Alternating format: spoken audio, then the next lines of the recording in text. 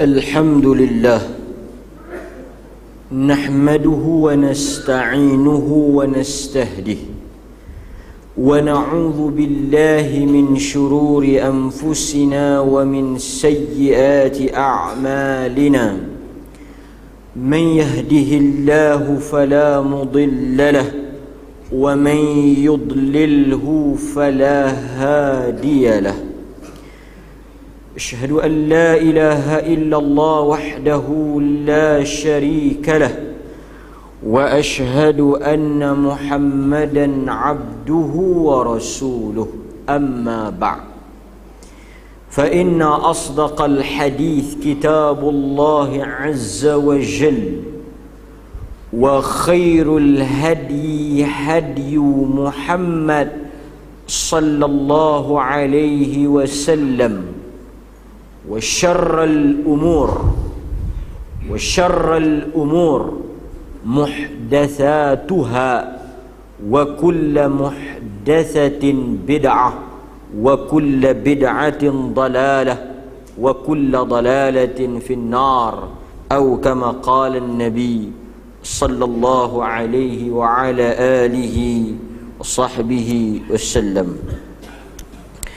Hadirin mukminin, muslimin muslimat yang dirahmati oleh Allah Azza wa Jal, kita masuk kepada tanda kiamat yang berikutnya daripada tanda-tanda yang besar yang disebut oleh Nabi sallallahu alaihi wasallam di akhir zaman, sehingga kata para ulama, apabila keluarnya tanda-tanda ini di akhir zaman, sudah ditutup pintu taubat dan ditolak keimanan manusia ketika itu. Sebahagian daripada para ulama ahli sunnati wal jamaah menyebut bahawa apabila muncul atau keluarnya tanda-tanda besar, asyratis sa'ah al-kubra, seperti keluarnya Dajjal, keluarnya Ya'juj wa Ma'juj, keluarnya Ad-Dabbah, keluarnya matahari daripada barat dan sebagainya, menunjukkan bahawa pintu taubat, pintu untuk beriman kembali kepada Allah Azza wa Jal sudah ditutup. Apapun untuk kita lakukan sebelum daripada munculnya tanda-tanda yang besar ini, Allah masih lagi boleh ambil kira. Kalau kita beriman dan kita bertaubat kepada Allah daripada setiap dosa yang kita lakukan sebelum daripada keluarnya tanda-tanda ini, masih lagi boleh diterima. Walau bagaimanapun tuan-tuan, andai kata kita tidak bertemu dengan tanda-tanda yang besar ini, kita juga akan bertemu dengan tanda yang boleh menutup pintu taubat kita. Satu, bila keluarnya tanda besar, artinya tamatlah apa yang disebut dengan pintu taubat dan pintu kembali kepada Allah. Sebab itu Nabi kata, badiru bi'a'mal, segeralah kamu bertaubat sebelum datang 10 perkara. Dan 10 inilah tanda-tanda besar kiamat. Walau bagaimanapun tuan-tuan, kita kena ingat, mungkin perjalanan kita untuk bertemu dengan tanda-tanda besar ini jauh. Dan mungkin dengan izin Allah kita terselamat daripada bertemu dengan tanda-tanda ini. Tetapi tanda yang pasti yang akan menutup pintu taubat kita adalah kematian. Sebab itu sama ada kita bertemu dengan tanda yang besar ataupun tanda yang kecil, iaitu kematian. yang mana kata Nabi, seseorang itu akan dibuka ruang untuk dia bertaubat kepada Allah di atas apapun dosa yang dia lakukan, sehingga disebut dalam hadis yang diriwayatkan oleh Imam Muslim, walaupun dosa yang dia lakukan itu ananas sama, memenuhi langit, walaupun dosa yang dia lakukan itu memenuhi langit dan bumi, Allah Azza wa Jal boleh mengampunkan dosa tersebut. Allah boleh menghapuskan dosa yang dia lakukan itu, malam yugharghir, selama mana tidak sampai nyawa dia di halqu. Ini juga salah satu daripada penamat kepada tempoh bertaubat. Sebab itu dalam Islam tidak ada istilah terlambat sehinggalah datangnya kematian. Sebab itu kita mengaji tanda besar ini untuk kita beriman, walaupun mungkin kita tak bertemu dengan tanda tersebut. Mari kita tengok apa yang disebut oleh penulis kitab kita berkaitan dengan tanda besar yang akan muncul di akhir zaman.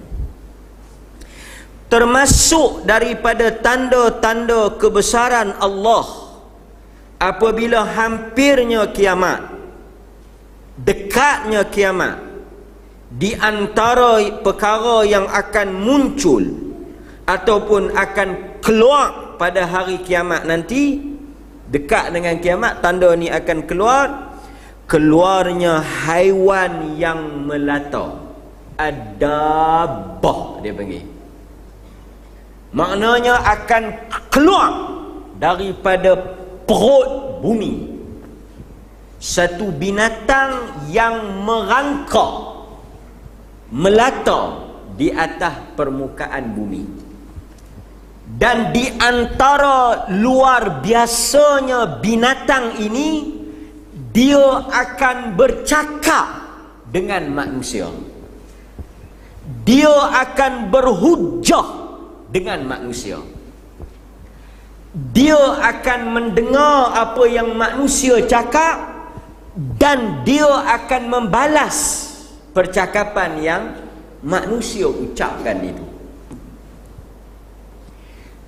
Kerana kata ulama, apabila dunia ini sudah hampir kepada masa untuk dihancurkan oleh Allah, maka perkara-perkara yang tak pernah berlaku akan berlaku. Dia macam ni lah tuan-tuan, nak mudah fahamnya. Benda ni bila dia nak jahanam, dia akan jadi macam tak berapa nak betul sikit, kan? Dia ada tanda-tanda nak rosak, kan? Matahari yang biasanya keluar daripada timur, dekat dengan kiamat, dekat dengan kehancuran, dia akan muncul sebaliknya. Perkara-perkara yang tak pernah berlaku sebelum daripada ini, dia akan berlaku. Tanda-tanda ini memberikan isyarat bahawa dunia ini semakin hampir dengan kiamat. Sebab itu Nabi kata, la taqumus sa'ah hatta takthura zilzalah. Tidak akan berlaku kiamat sehinggalah kamu menyaksikan banyaknya zilzalah, gempa bumi. Maknanya keadaan bumi itu sudah tidak seperti mana asal. Kedudukannya, kestabilannya, putarannya, keadaannya sudah semakin menuju kehancuran. Maknanya untuk Allah Ta'ala memerintahkan tiupan yang pertama, wa nufikha fis sur, dalam Quran sebut wa nufikha fis sur, dan kami akan memerintahkan Israfil untuk meniup. Dan kata Nabi sallallahu alaihi wasallam, apabila Allah menciptakan bumi ini, sangkakala itu sudah berada di mulut Israfil. As-sur, sangkakala, kita terjemah sangkakala, tiup tu, peniup tu, alat tiupan itu, as-sur sudah berada di mulut Israfil. Dia hanya sedang menunggu arahan daripada Tuhan dan dia akan tiup. Apabila tiupan inilah yang akan berlakunya iza zuzzilatil ardu zizzalaha, goncangan yang pertama. Tapi sebelum nak pergi kepada goncangan yang pertama itu, dia mulakan dengan kerosakan demi kerosakan. Ya? Jadi kita tak pelik. Sebab benda-benda yang dia panggil kharikul adah, benda yang mencari adat. Mencari adat ni tahu, benda-benda yang luar daripada hukum alam. Men, maknanya benda tu tak sepatutnya macam tu, dia jadi macam tu. Tak masuk akal, mustahil binatang boleh bercakap. Binatang boleh faham percakapan manusia. Binatang boleh balas balik percakapan manusia. Mustahil. Kerana sunnatullah, kerana ketentuan Allah, binatang tidak boleh memahami dan bercakap. Tetapi apabila keluarnya tanda ini, maknanya dunia ini sudah semakin hampir kepada penghancuran. Di antara dalil yang boleh tuan-tuan tengok sebagai bukti akan keluarnya ad-dabbah, binatang yang melata ini, surah An-Namlu. Surah An-Namlu. Surah An-Namlu. An-Namlu ni apa? Namlu? Semut. An-Namlu ni semut. Surah semut.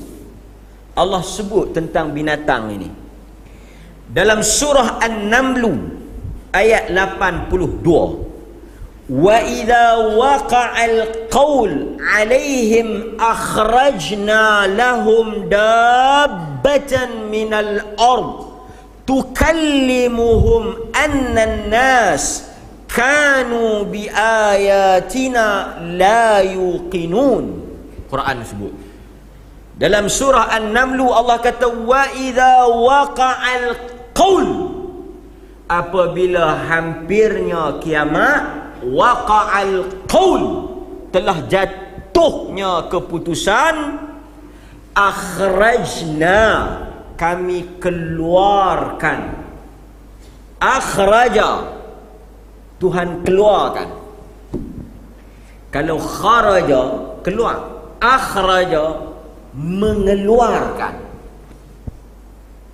Maknanya dikeluarkan oleh Tuhan, bukan dia keluar sendiri ya. Akhraja, Tuhan mengeluarkan binatang ini. Artinya dia sudah ada dan hanya menunggu masa. Kan? Dabbah, sifatnya melata. Maknanya dia binatang yang, binatang apa? Binatang darat. Binatang kan dia ada tiga. Binatang udara yang sifatnya terbang di udara, binatang yang duduk di air, dan binatang darat. Dia binatang darat. Maknanya dia akan keluar dan melata di atas darat. Sebab itu salah satu daripada tafsiran ulama, binatang ni binatang apa? Unta. Unta Jamal Pak Tongko. Unta siapa? Unta Nabi Saleh. Kerana dalam hadis, dalam Quran sebut apabila orang-orang kaum Nabi Saleh, naqatallah, unta Allah, apabila kaum Nabi Saleh nak bunuh unta ni, Allah buka batu, dia lompat masuk. Binatang inilah yang akan keluar sebagai dabbah yang akan bercakap dengan manusia. Ini perkara akidah. Dia mungkin kadang-kadang seakan-akan kelihatan tak masuk akal. Tapi boleh ke binatang bercakap? Sekarang pun dah ada yang bercakap. Kan? Itu baru orang kata apa? Latihan manusia. Tu baru apa? Baru kemampuan manusia untuk latih supaya bercakap. Ini kan pula Tuhan kan? Tukallimuhum annan nas, yang mana bila dia keluar kata Allah tukallimuhum, dia akan bercakap dengan manusia.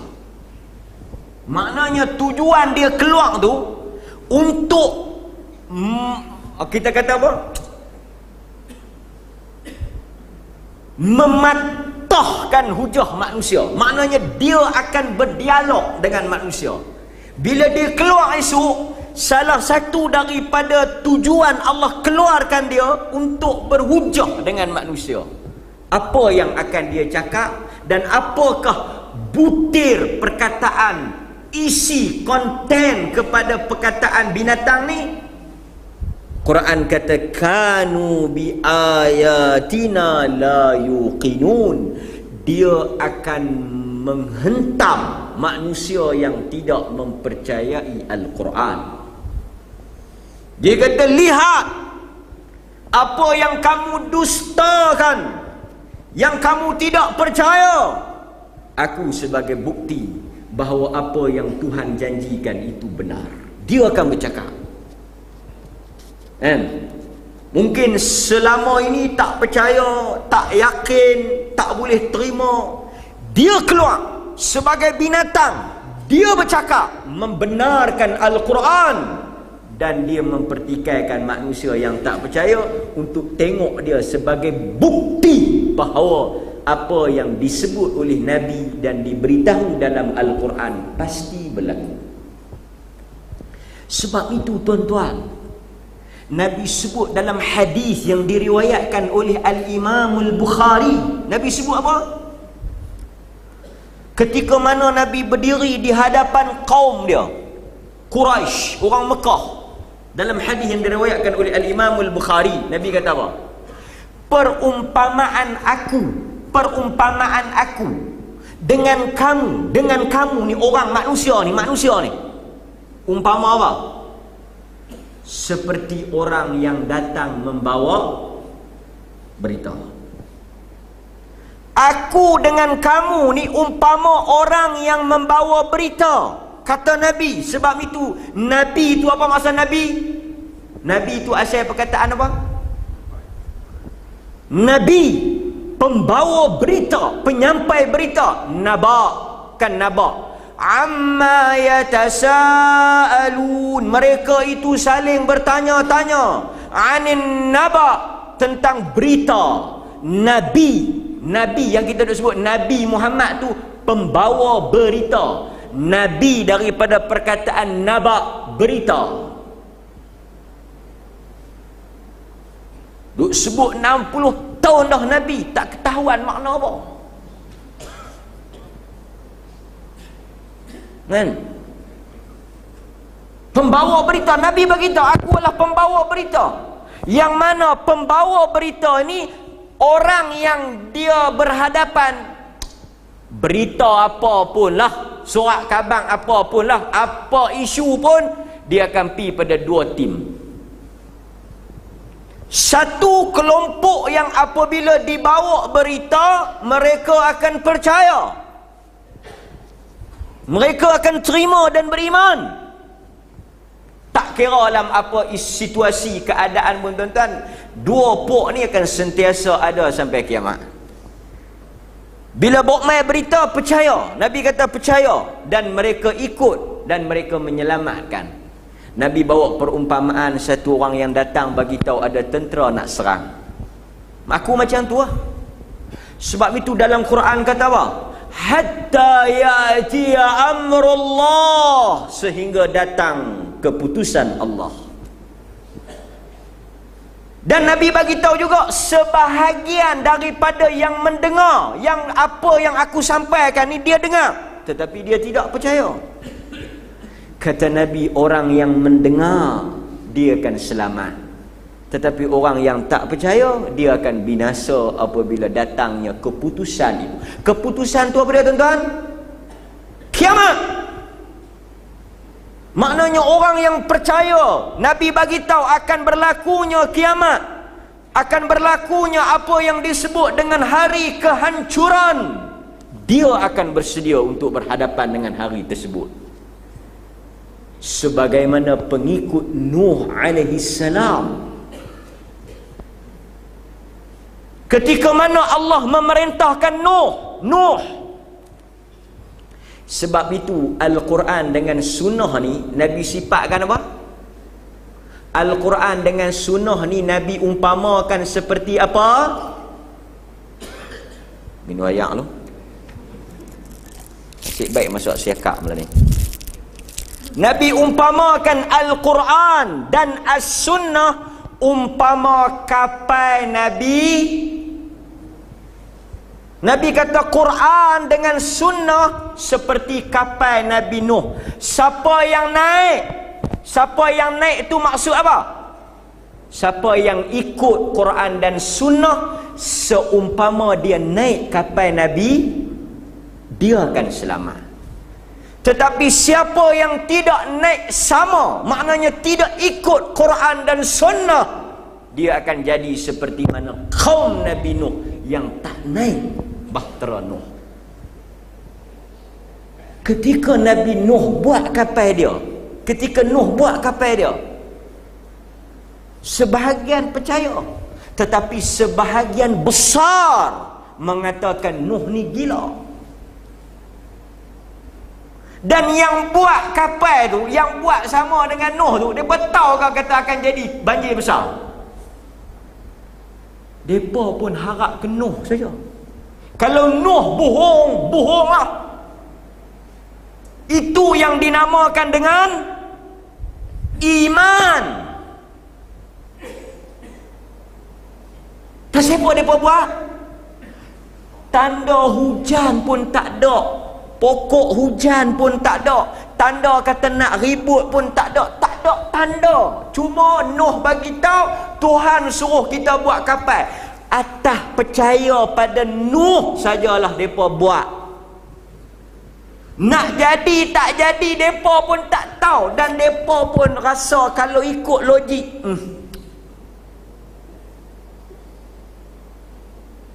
Tapi tuan-tuan, ini yang dikatakan iman. Dan seumpama dengan kita sekarang, bila kita baca dalil-dalil Al-Quran, tuan-tuan mengaji hadis, tuan-tuan mengaji Al-Quran, tuan-tuan sendiri pada hakikatnya banyak benda tak masuk akal. Banyak benda kalau kita fikir-fikir guna akal tak jadi. Termasuk dapah. Tapi percaya pasal hanya semata-mata dia keluar daripada lidah Nabi. Kalau dia keluar daripada mulut orang lain, tobat, aku tak percaya. Inilah yang berlaku kepada Abu Bakar Siddiq radhiyallahu an. Ketika orang mai kata dekat dia, "Hei, ni kawan hang gila tu. Semalam dia kata dia pergi Palestin, pagi ni dia duduk di Mekah." Jauh daripada tu pun aku percaya kalau keluar daripada mulut Muhammad. Iman. Sebab itu tuan-tuan, iman mempercayai sesuatu yang tidak berlaku dan kemungkinan pada akal untuk tak berlaku. Semua yang kita duk mengaji ni tak ada tanda kata nak jadi. Sebab itu orang selalu kaitkan ni fenomena alam, ini perubahan angin. Kerana tak ada iman. Tapi iman sahajalah yang menyebabkan kita percaya ni akan berlaku kiamat, ni tanda kiamat. Sebab itu kita nak jadi orang yang naik bahtera Nuh. Dan tuan-tuan baca dalam Yasin, Allah sebut benda ni. Jumpa tak dalam Yasin? Cerita satu orang lelaki-lelaki, jumpa tak? Cuba balik buka Yasin. Malam ni balik buka Yasin. Malam Rabu tak apa. Satu cerita laki-laki, percaya tak yang laki-laki tu daripada hujung wa rajulun min aqsal madinah rajulun yas'a ila qaumi. Ada kan ayat tu? Wa min aqsal madinati rajulun yas'a ila qaumi. Quran cerita perumpamaan ayat tu. Ada satu orang laki-laki di hujung aqsal Madinah dalam surah Yasin. Wa min aqsal Madinah, ada satu orang laki-laki dia di hujung kampung. Rajulun min aqsal Madinah dalam Yasin kata. Yas'a, dia berlari mai ke Madinah, ke bandar. Dia duduk di kampung, dia lari mai ke bandar. Dia bagi tahu dekat kaum dia, kata akan berlaku musibah. Yasin kata apa? Dalam surah Yasin kata, sebahagiannya percaya, sebahagian lagi tak percaya. Wa min aqsal madinati rajulun yas'a ila qaumih. Kita nak duduk dalam kelompok yang bila datang naba berita kita percaya. Kan?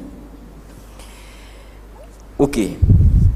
Kata Al-Imam Ibn Kathir rahimahullahu ta'ala, Ibn Kathir ketika menafsirkan ayat ini, tuan-tuan yang ada tafsir Ibn Kathir, balik buka tafsiran ayat surah An-Naml ayat 82. Tengok Ibn Kathir sebut, binatang ini akan keluar di akhir zaman. Bila? Kata Ibn Kathir, ketika manusia rosak. Rosak di sini kata para ulama, dia merujuk kepada rosak akidah dan rosak ibadah. Maknanya ketika binatang ni keluar, Ibn Kathir menafsirkan keadaan manusia rosak dan jauh dari agama. Dan kita menyaksikan sekarang tuan-tuan, fasa itu, keadaan itu semakin dekat. Orang yang jauh daripada agama semakin banyak. Lepas itu Nabi sebut antara tanda kecil apa? Ayyaqillal ilm wa yadhhar jahal. Sikitnya orang yang mengaji, banyaknya orang yang bodoh. Ketika itu Ibn Kathir kata binatang ni akan keluar. Kita sambung kata Ibn Kathir. Manusia ketika keluarnya binatang itu, mereka mula meninggalkan perintah Allah. Ketika itu, maknanya apa yang Allah mula perintah, mereka dah tak peduli. Kita sedang menyaksikan proses itu. Orang sudah tidak mempedulikan halal haram. Semayang pun semua orang buat tak apa. Dan benda ni tak pelik, kerana ketika binatang itu keluar, manusia memang dalam keadaan tersebut. Kan? Kemudian kata Ibn Kathir lagi, mereka mula mengganti agama Allah. Apa yang dibawa oleh Rasul mula ditukar dengan ajaran dan amalan lain.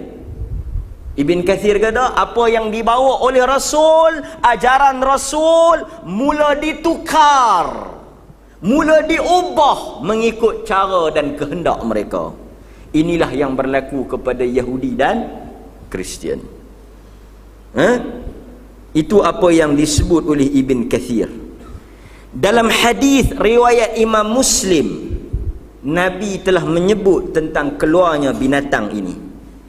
Kata Nabi, inna as-sa'ah, dalam hadis riwayat Imam Muslim, inna as-sa'ah la takun hatta takuna 10 ayat. Tidak akan berlakunya kiamat sehingga keluarnya 10 perkara. 1. Khasful bimasyriq wa khasfun bil maghrib. Berlakunya gempa bumi di timur dan barat. Tempat-tempat yang kita tak pernah dengar gempa bumi, sekarang sudah mula ada gempa bumi. Yang duduk di luar daripada kawasan gempa bumi pun sekarang ni sudah ada gempa bumi. Itu satu. Juga berlakunya di Jaziratul Arab, Maknanya gempa bumi ni berlaku di arah timur, barat Jazirah Arab. Di semenanjung Arab kan. Jazirah ni semenanjung. Kan ada rancangan apa? Bukan rancangan, stesen Al Jazirah. Semua bila dia bahasa Inggeris dia Al Jazirah, sebenarnya Al Jazirah. Macam kita duk sebut Al-Qaeda, Al-Qaeda tu English slang. Dia sebut Al-Qaedah, Al-Qiyadah, kepimpinan. Grup tu nama Al-Qiyadah, kepimpinan kan. Jadi kadang-kadang orang baca berita ni kita boleh tahu dia faham tak faham kan.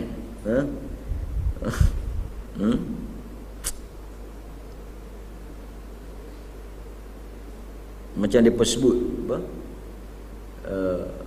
Mufti Mesir dulu Ali Gomo.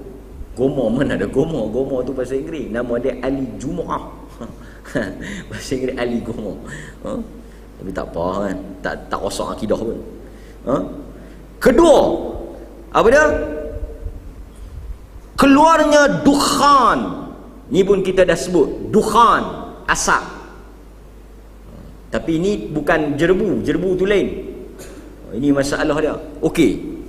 Sikit saya sebut. Saya sebut dukhan. Tuan-tuan bila baca tanda kiamat, ni prinsip. Tuan-tuan tak boleh tafsir tuduh satu-satu benda itulah tanda kiamat, melainkan ulama sepakat itulah maksud dia. Faham tak? Bila tuan-tuan dengar mana-mana orang mengajak tanda kiamat, cerita tanda kiamat, ulah tentang tanda kiamat, tak boleh secara confident inilah apa yang Nabi nak bagi tahu, inilah maksud orang Nabi habaq tu. Dukhan tu duk tengok sekarang ni, kelabu, jerbu sana sini, kelam. Inilah dukhan. Yang ni dia panggil telajak semangat, bukan telajak laris. Haram. Baca tentang hadis-hadis pemimpin, ni yang duk ada lah ni. Kita bukan nak bela lah, tetapi tak boleh kita confirm, kita piduk tengih, kita piduk tuju maksud Nabi itu dengan kehendak kita, melainkan sepakat ulama kata inilah maksud dia. Contoh yang paling mudah tuan-tuan nak faham, apabila ada satu buah berduri lebih kurang pelik sikit, mereka kata inilah zakum yang Quran sebut. Mereka tafsir terus. Kan Quran kata antara makanan ahli neraka dalam neraka zakum, buah zakum, buah yang macam kepala setan. Buah tu macam kepala setan, berduri. Buah mana tak tahu, mereka tangkap gambar ada berduri pelik sikit. Inilah kalau hampa nak tengok zakum yang Quran sebut. Ini contoh kesesatan dalam tafsir. Sebab buah ni buah apa? Buah dalam neraka. Hang masuk dah ke yang kelih ni? Sebab tuan-tuan, kita tak mau ambil hadis, kerak hadis, tempek. Nilah hak hadis nak habang, nilah hak hadis nak kata, nilah maksud hadis, nilah yang hadis nak tuju. Subhanallah, kita tak tahu. Sahabat tak berani tafsir. Sebab benda-benda ni Nabi sebut secara umum. Boleh jadi yang kita kata tu bukan seperti mana, termasuk, tuan-tuan dengar elok, termasuk makna berbohong atas nama Nabi. Selain baca hadis palsu, selain daripada sebar cerita bohong, termasuk juga berdusta atas nama Nabi, menafsirkan sesuatu hadis dan kata itulah maksud dia, tak seperti mana yang Nabi nak maksudkan. Termasuk makna berbohong atas nama Nabi ni, dia pergi kata nilah yang Nabi nak habaq, walhal Nabi tak maksudkan benda tu pun. Kan? Seperti dalam hadis kata antara tanda kiamat yang Nabi sebut ni akan adanya satu orang negro zu suwaqatain, suwaqatain, negro yang kaki betih pendek ni, dia akan runtuhkan Kaabah. Siapakah lelaki dalam hadis ini? Tidak lain tidak bukan, dia merujuk kepada Presiden Amerika Barack Obama, kerana dia kulit hitam dan dia memang ada niat nak bom Kaabah. Tu dia. Main mana ni? Main mana? Ini contoh-contoh yang saya kata kita tak boleh tafsir hadis. Kita cuma kata ciri-ciri itu mungkin ada, sifat tu mungkin ada, tapi inikah ataupun benda nikah yang Nabi maksudkan? Wallahu ta'ala a'lam. Kerana tak pernah ada sahabat yang menafsirkan hadis tu dengan, dan Amerika pun ada ni 100-200 tahun baru gue ni. Dulu mana ada Amerika? Bagaimana nak ada maksud hadis tu nak pergi tuju? Itu kita kena ingat. Semangat ni kadang-kadang. Okay. Termasuk juga tafsiran kepada seperti punuk unta kemudian tangkap gambar tudung ni. Wallahu ta'ala, kita tak tahu secara tepat, cuma kita kata sifat tu ada. Okey. Kemudian Nabi kata akan keluarnya dukhan, akan keluarnya dajjal. Ini yang ada kata Atroman tu. Dia kata dajjal tu raksasa. Pasal tu sekarang ni dajjal duduk di Jepun. Duduk di Jepun. Okey. Kemudian dabbah. Nabi sebut dalam 10 tu salah satunya dabbah. Salah satunya dabbah. Dan lagi kita sebut lagi, masih sempat. Apabila keluarnya dabbah, apa kerja dia? Selain daripada dia pergi bercakap, dulu hang tak percaya, sekarang hang tengok. Dalam hadis Abu Umamah Al-Bahili, dalam hadis yang disebut oleh Abu Umamah, diriwayatkan oleh Imam Ahmad dan kata Syekh Syuaib Al-Arnaut, hadis ini sahih ketika dia mentakhrij hadis-hadis dalam Musnad Ahmad. Hadis-hadis dalam Musnad Ahmad ni ada 26,000 lebih. Banyak Imam Ahmad murid kepada Al-Imam Syafi'i. Sehingga Imam Syafi'i kata apa? Kalau nak tanya hadis kena tanya Ahmad. Ahmad jawab balik. Kalau nak tanya fiqh tanya Syafi'i. Tawaduk para ulama. Depa tak megah, depa tak bangga. Hadis hangpa kena tanya Ahmad, dia pandai daripada kami. Ahmad jawab balik, tapi kalau nak tanya fiqh tanya Syafi'i. Dia memang jago bab tu. Kami pun kalah dengan dia.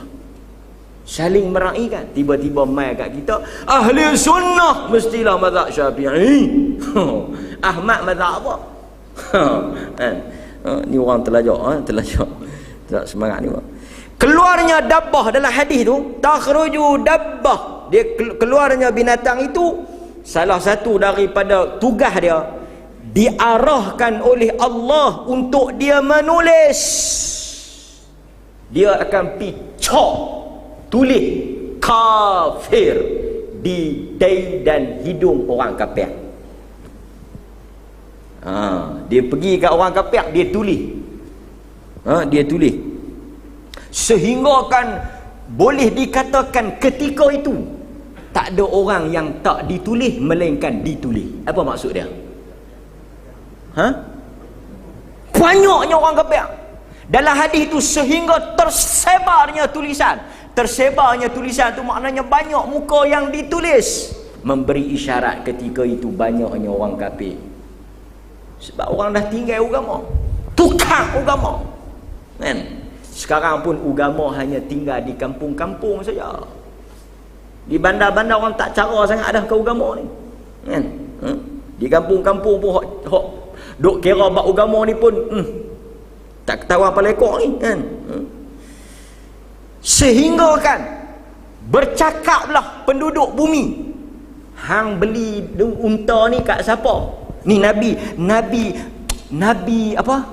Nabi lakonkan, Nabi cerita keadaan masa tu. Dia bila binatang ni keluar, dia tulis kafir kan. Dia cok terus.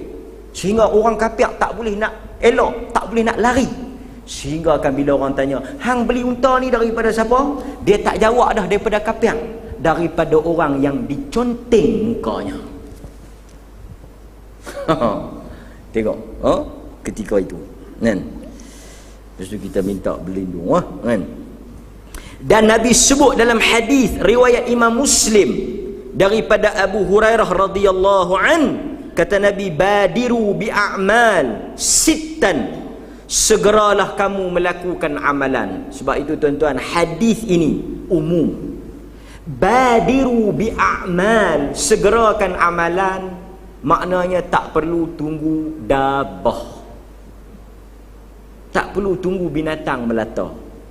Boleh jadi sebelum binatang melata kita dijemput balik. Badiru artinya salah satu daripada prinsip agama, tak boleh bertangguh dalam hal kebaikan. Faedah yang kita belajar, tak boleh ada sikap tangguh dalam kebaikan. Wasari'u ila maghfirah. Kerana orang yang bertangguh, tangguh itu akan menjadi hujah ke atas dia. Tuan-tuan faham tak maksud saya? Orang yang bertangguh, dia tak ada alasan depan Tuhan. Tapi orang yang dia buat terus, tak dan buat, Tuhan lepaskan dia. Dia ada dua keadaan. Satu, orang yang ada kesempatan dia tak buat, yang ni tak ada alasan. Seperti semayang. Orang yang ada kesempatan semayang, dia tak buat dengan sengaja. Ulama kata tidak ada qadha untuk dia. Tetapi lain pula orang yang dia tak sempat, atau dia dah mula tak dan selesai, Tuhan sudah kira.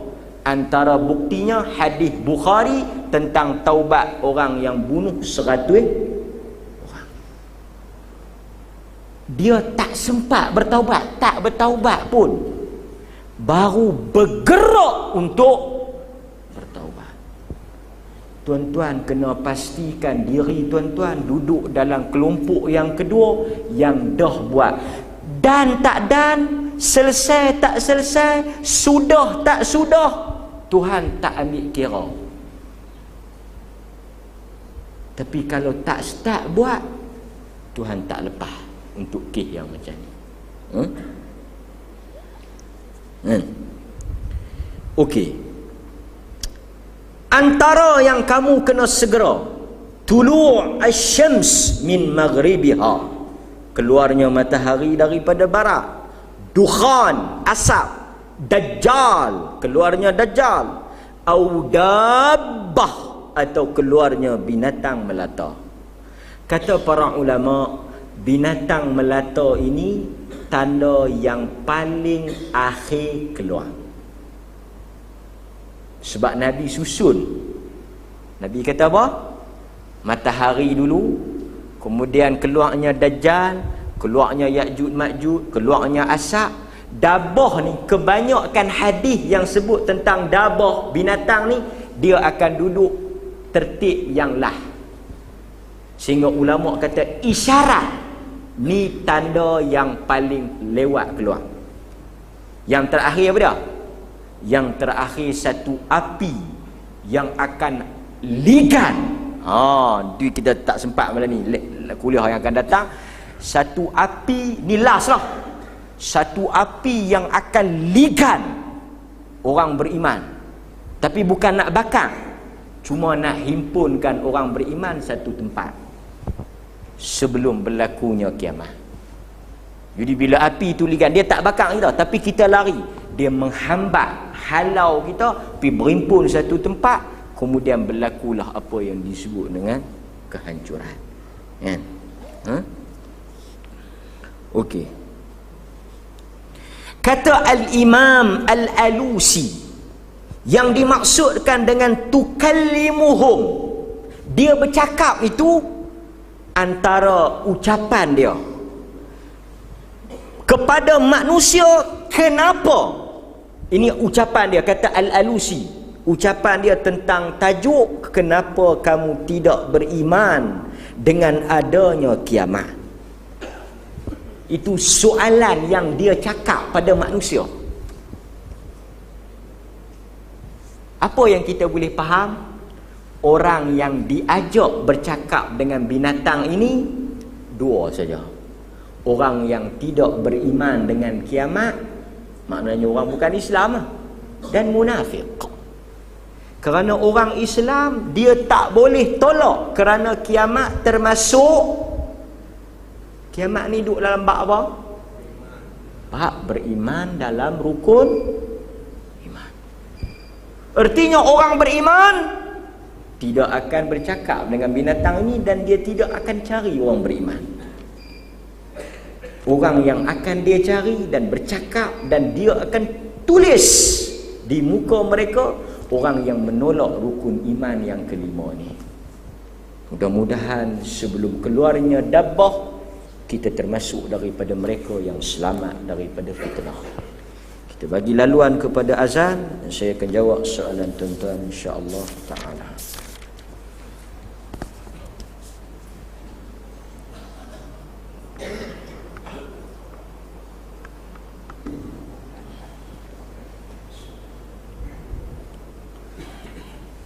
Allahu Akbar.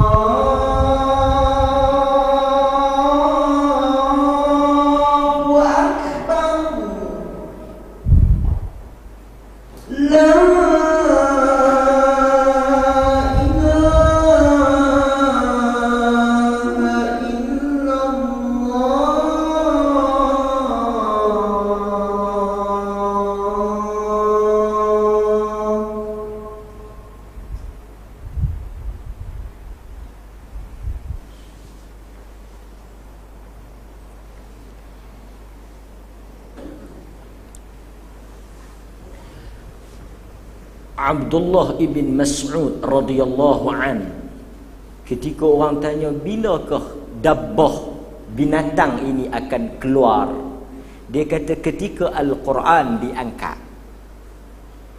Abdullah ibn Mas'ud kata ketika mana Al-Quran itu diangkat sehingga tidak ada lagi Al-Quran di atas muka bumi ini, keluarlah ad-dabbah.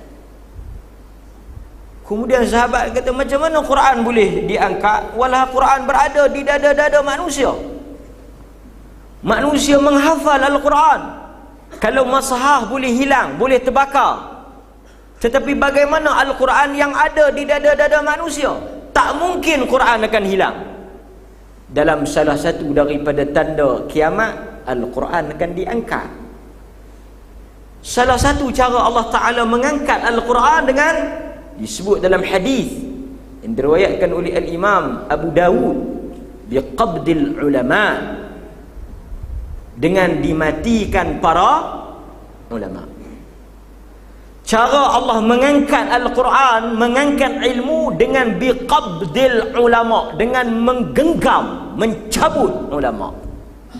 Matinya para ulama, matilah sumber ilmu. Kedua, kata Abdullah ibn Mas'ud, Abdullah bin Mas'ud bila orang tanya macam mana Quran boleh hilang, Allah mengangkat Al-Quran daripada dada-dada orang yang menghafal pada waktu malam sehingga mereka bangkit, mereka tidak mengingat walaupun satu daripada ayat Quran. Dan benda ni akan berlaku di akhir zaman. Abdullah ibn Mas'ud tak akan sebut satu benda tentang ghaib, benda berkaitan dengan akidah, kalau dia tak dengar daripada Nabi. Artinya cara Allah Ta'ala akan angkat Quran ni termasuk berdasarkan perkataan Abdullah ibn Mas'ud, sahabat Nabi, pada malam ketika manusia tidur, Allah cabut daripada dada-dada orang yang hafal Quran. Bila dia bangkit esok, tak ada Quran yang tinggal. Ketika itu binatang ni akan keluar. Sebab itu, ini kita nak sentuh sikit. Al-Imam Nawawi sebut dalam kitab Riyadhus Salihin, dan ulama-ulama lain pun sebut, kerana ada hadis sebut, kita dilarang bila kita lupa, kita kata saya lupa Quran. Tak boleh. Kita kena kata saya dilupakan. Kerana yang melupakan tu Allah. Nabi kata jangan kata saya lupa ayat Quran tu, saya lupa ayat itu, saya lupa surah itu, tapi sebutlah saya dilupakan. Nabi suruh kita guna perkataan dilupakan, kerana Tuhan yang mencabut Quran tu daripada kita. Pasal apa dia cabut? Balik kepada diri kita. Sebab itu bila tuan-tuan dengar orang baca doa, tuan-tuan akan tahu dia faham dengan tak faham. Orang akan baca Allahumma zakirhu mimma nasina. Salah dari sudut bacaan, kerana hadis tak bagi sebut nasina, kami lupa, tetapi dia kena baca mimma nusina. Dia bacaan yang betul. Kalau ikut hadis dia tak boleh ya Allah ingatkan kami, kan doa Quran Allahumma arhamna bil Quran wa dzakirhu min wa dzakirna minhu wa dzakirna mimma nasina. Bukan nasina, kan nasina kalau kita jemah kami lupa. Nabi kata jangan sebut kami lupa, mimma nusina, daripada apa yang kami dilupakan. Ini antara perkataan-perkataan kerana nak menunjukkan Allah telah mengangkat Quran tu daripada kita. Dan sebahagian ulama pegang kepada hadis Huzaifah ibnul Yaman, dabah akan keluar daripada Makkah, kawasan Masjidil Haram. Ketika mana manusia duduk, Nabi sebut ketika mana manusia duduk, tiba-tiba bergegar bumi, terbelah, munculnya dabah daripada Masjidil Haram. Jadi ini salah satu tempat banyak pandangan, tapi pandangan ni kuat kerana ada hadis yang sokong dia akan keluar daripada Masjidil Haram. Wallahu ta'ala a'lam. Itu sedikit maklumat tentang dabah. So tuan-tuan dah ada gambaran umum based on hadis, berdasarkan ayat Quran. Sekiranya tuan-tuan dengar cerita-cerita tentang dabah, tuan-tuan boleh cek dengan hadis-hadis di ayat Quran. Kerana kadang-kadang dia ada tafsiran dan tambahan yang pelik-pelik sikit ya. Ada atau tidak bacaan doa oleh imam selepas daripada salat jenazah? Ada atau tidak tuan-tuan? Wallahu ta'ala a'lam. Tidak sabit dalam mana-mana hadis adanya bacaan doa selepas daripada salat. Kerana perbuatan membaca doa selepas daripada semayang jenazah ni bercanggah dengan sunnah. Sebab apa kita kata bercanggah dengan sunnah? Sebab Nabi kata asri'u bil janazah, segerakan Assalamualaikum warahmatullahi. Dalam satu riwayat Nabi bagi salam sekali, ada orang qiyas pada 2 kali, kedua-duanya ada riwayat, sekali 2 kali tak ada masalah. Tapi bila imam bagi Assalamualaikum warahmatullahi, diriwayatkan para sahabat bergegas mengangkat untuk menyegerakan pengubumian jenazah. Tapi kita dengan upacara sampai letak tahlil ringkah dulu, tahlil panjang, tahlil pendek, apa kebala kan? Dah sampai bukan terus semayang setengah-setengah tempat, letak dulu tahlil ringkah 30 minit, ringkah 30 minit. Lepas tu dah habis tu, yang peliknya, pelik atau pelik, dalam semayang tu kita baca apa? Ha? Lena ha? Bukan kuliah ni, dalam semayang tu lena ha? Allahumma ghafir lahu warhamhu wa'fu anhu waghsilhu bil ma'. Doa Allahumma la tahrimna ajrahu wa la taftina ba'dahu waghfir lana wa lahu wa li ikhwanina alladhina sabaquna bil iman. Doa Nabi kata fa akhlisud du'a, ikhlaskan doa dalam hadis. Nabi baca pada rakaat apa dia takbir yang pertama suratul Fatihah, kemudian pada salawat yang ketiga fa akhlisud du'a, kata Nabi minta doa. Apa kita nak doa lagi? Untuk apa kita nak doa lagi? Untuk apa? Apa salahnya kita berdoa? Lagi banyak doa, lagilah banyak sampul. Lagi ringkah, lagi murah kan? Kerja kita panggil wiring man, benda hok sikit dia buat bagi payah. Oh, dia kata benda ni kurang-kurang 2 hari baru nak settle ni kan? Setengah-setengah mekanik ke, setengah-setengah orang nak burung kita ni, kita tak tahu apa, bodoh pi di bengkel tu, ni nak kena angkat enjin ni. Oh, dia buat payah. Sebab apa dia buat payah? Pasal dia nak balas payah. Kita pun dengar 2 hari angkat enjin nak kena buka, dia kata rentah dah kan? Satu orang mai Allahu Akbar, Allahu Akbar, Allahu Akbar, Allahu Akbar, Assalamualaikum warahmatullahi, Assalamualaikum warahmatullahi. Bini tanya, dia nak bagi berapa kat imam? Bagi 20. Ayam pun tak ada doa-doa apa, cukup apa.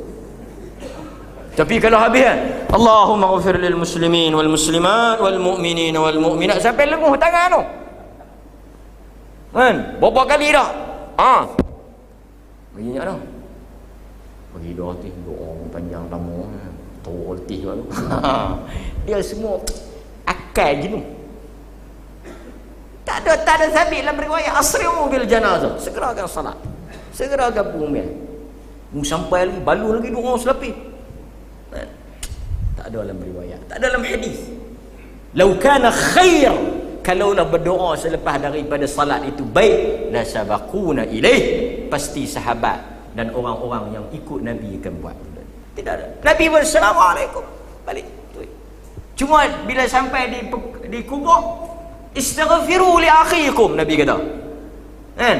Nabi kata was'alullah at-tathbit. Siapa yang mai Pakak-pakak minta Allah Ta'ala kukuh lidah dia bagi jawab. Was'alullah at-tathbit. Doa Allah Ta'ala tetapkan lidah dia.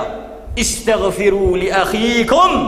Pakak-pakak doa Allah Ta'ala ampun dia. Fa innahul an yus'al. Kerana sekarang dia sedang ditanya. Ringkas. Doa apa? Nabi suruh pakat doa. Masing-masing doa. Doa minta ampun. Doa minta ampun sikit. Doa minta ampun sikit. Pasal itu kita nak ramai orang salat, kerana kita mengharapkan doa. Pasal itu Nabi kata siapa-siapa jenazah yang disalatkan 40 orang yang tidak mensyirikkan Allah, wajabat lahul jannah, wajib untuk dia syurga. Kenapa? Kerana doa. Dalam setengah riwayat 100 orang. Lagi ramai lagi bagus. Sebab itu sunnah kita mengiklankan salat. Kerana kita mengharapkan doa orang saleh.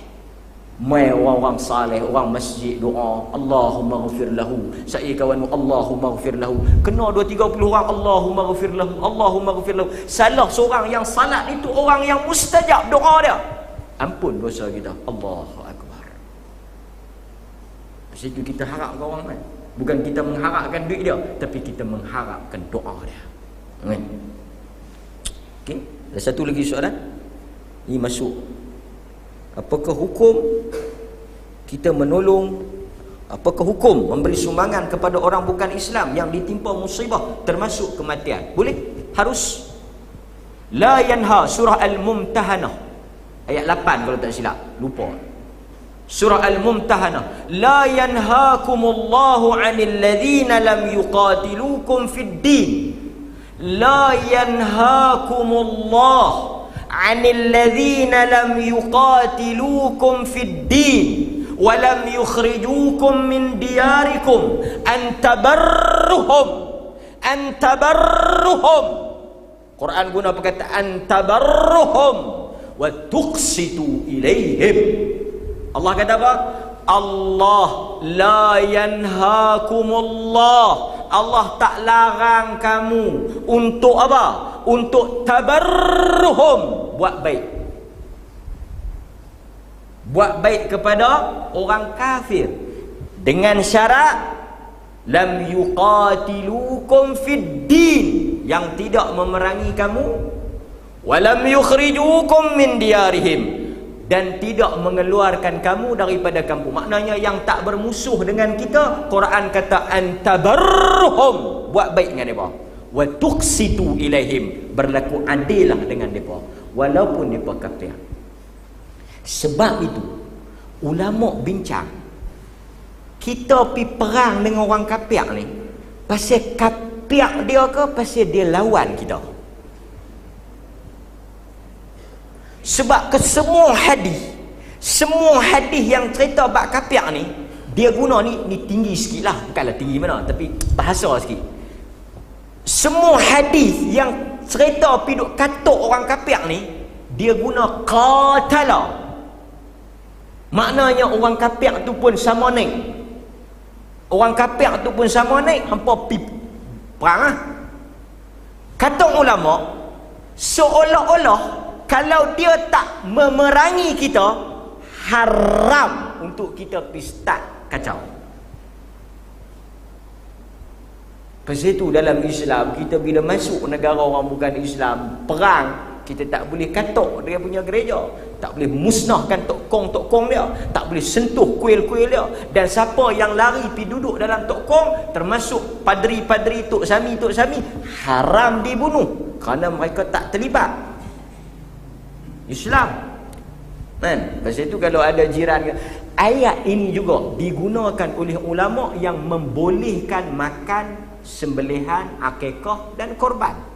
Di antara dalil yang digunakan oleh ulama yang menghalalkan akikah dan korban untuk dimakan oleh orang bukan Islam, dalil ni Quran kata antabarruhum, buat baik, termasuk jamu makan tu buat baik. Bagi pandangan yang kita boleh makan lah, kerana tak ada dalil yang larang pun. Bila tak ada dalil yang larang, balik pada asal. Selagi mana tak ada dalil larang, hukum asal dia boleh. Kita kata Islam ni agama rahmat, Islam ni agama bagus, Islam ni agama baik. Kita buat kenduri kekah, habis satu taman, dia duduk sebelah rumah kita tak panggil. Baik tang mana kita pun tak faham. Hok duduk mana halatah kita panggil, dia hok duduk sebelah. Hok kadang-kadang tolong tengok rumah kita, kadang-kadang tolong jurus pokok kita, kadang-kadang tolong bagi pinjam duit. Mai datang kenduri tak panggil. Oh no, minta maaf, agama kami tak bagi hang makan. Tapi hang kata agama hang bagus. Maka sebab itu dalam keadaan macam ni, ulama-ulama fatwakan kiranya ada keperluan harus duduk di bawah makan. Kan? Baru dia rasa rahmat di Islam tu. Kan? Kita duk kata Islam bagus, Islam bagus, Islam bagus. Bila dia main masjid, duduk luar, hanya masuk. Kita suruh dia duduk tahan hangat, kita duduk laikon. Tak rahmat lah. Lepas itu kadang-kadang cakap lain, buat lain. Orang bukan tengok pada cakap, orang tengok pada perbuatan. Kan? Maka benda-benda macam ni kita nak kena. Lepas itu Quran salah satu benda yang dia larang apa? Maki tokong. Quran tak bagi kita maki tokong. Bukan kerana apa? Bukan kerana tokong tu betul, tapi kerana bimbang dia akan maki Tuhan. Maka maksudnya jangan mula cari pasal. Mula cari pasal. Ada orang fatwa dia kata kalau barang orang kafir ni bukan takat bagi tu tolong kan. Kita kadang-kadang orang kafir ni mampu habis. Dengar aksiden kan, Cina berlaga, mampu habis Cina. Astagfirullah. Kalau orang bukan Islam dengar tak ada rahmat. Nabi mangkit satu orang Yahudi, lalu Nabi mangkit. Sahabat kata Yahudi duduk mangkit apa? Walaupun dia Yahudi, dia manusia. Bau rahmat. Ada orang kata boleh curi barang orang kafir pasal dia kafir. Ada satu soalan tanya, ustaz boleh curi masuk kedai Cina, boleh kita curi? Boleh. Dia pun bukan betul sangat.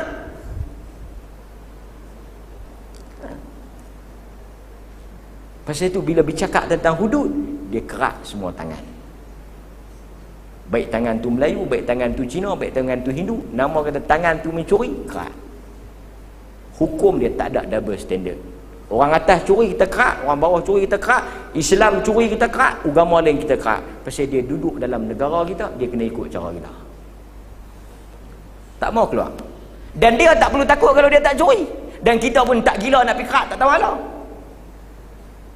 Pasal itu kalau tuan-tuan bacalah hadis, yang orang duk takut, bacalah hadis. Berapa tangan yang Nabi kerak? Tak lebih 10. Yang kita duk takut tak lebih 10. Sepanjang hidup Nabi tak lebih 10. Yang kena kejam pun tak lebih pada 10 lah. Maknanya dia bukan kerak, bukan tenggalung, tak ketawa halau. Islam rahmat. Mudah-mudahan Allah Ta'ala rahmat itu insya-Allah. Buat baik dengan orang Islam. Dia mati kita pergi. Cuma ada orang telefon tanya. Dia kata anak dia main pancaragam. Kawan non Muslim ajak dia pergi main pancaragam, Tok Wan dia mati. Dia kata dia dah larang tapi tak makan. Dia kata apa masalah? Dia pergi main muzik, bukan dia pergi buat benda-benda syirik. Dia kata ustaz kata sikit. Kita kata ada benda yang kita boleh tolak ansur, tapi ada benda yang bila dia berkaitan dengan prinsip tak boleh ya.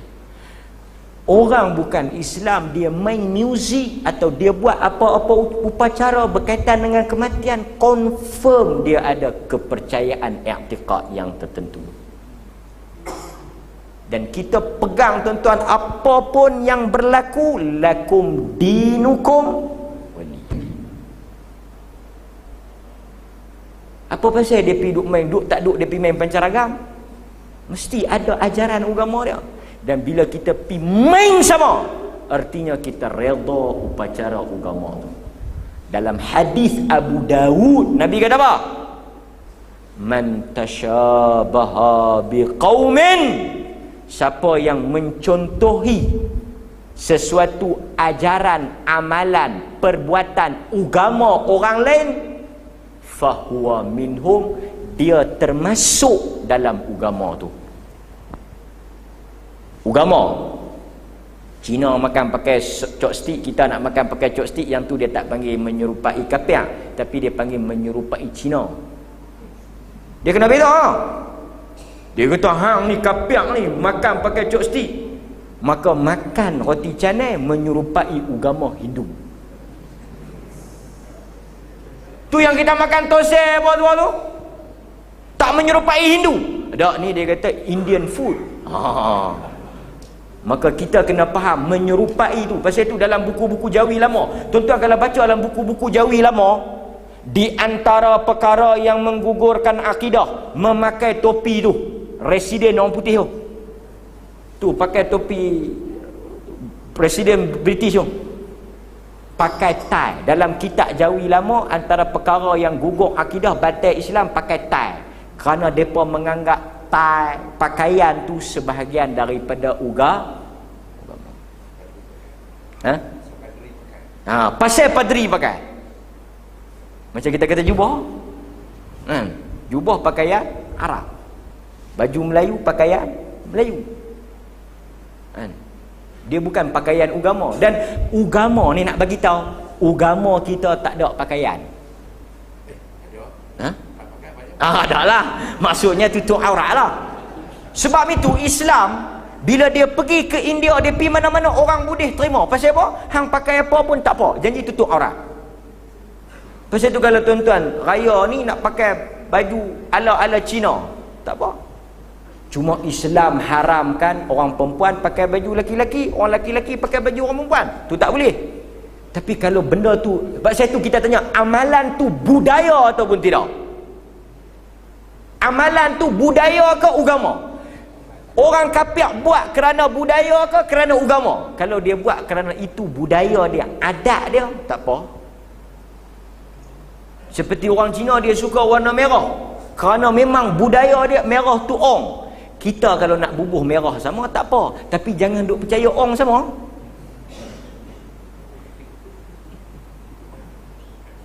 Dia kata aku nak bucat merah clear sikit kan, boleh tarik sikit orang main kan? Tak apa. Pasal dia, tapi kata ong ni tak boleh lah. Pasal ong tu dia pergi pada khurafat. Apa benda awak hang main sayuk? Pasal dia kata Jepun kapiak main awal, kita tak boleh bagi sama orang kapiak. Orang kapiak main awal, kita kena main sayuk. Awak yang hang ni malah balok Cina kapiak rajin, kita tak boleh menyerupai Cina kapiak. Kita kalau Cina kapiak rajin, kita kena balok, barulah kita menyelisih kapiak. Bagus. Wa sallallahu ala nabiyyina Muhammad. Wassalamualaikum warahmatullahi wabarakatuh. Mudah-mudahan Allah rahmat kuliah kita.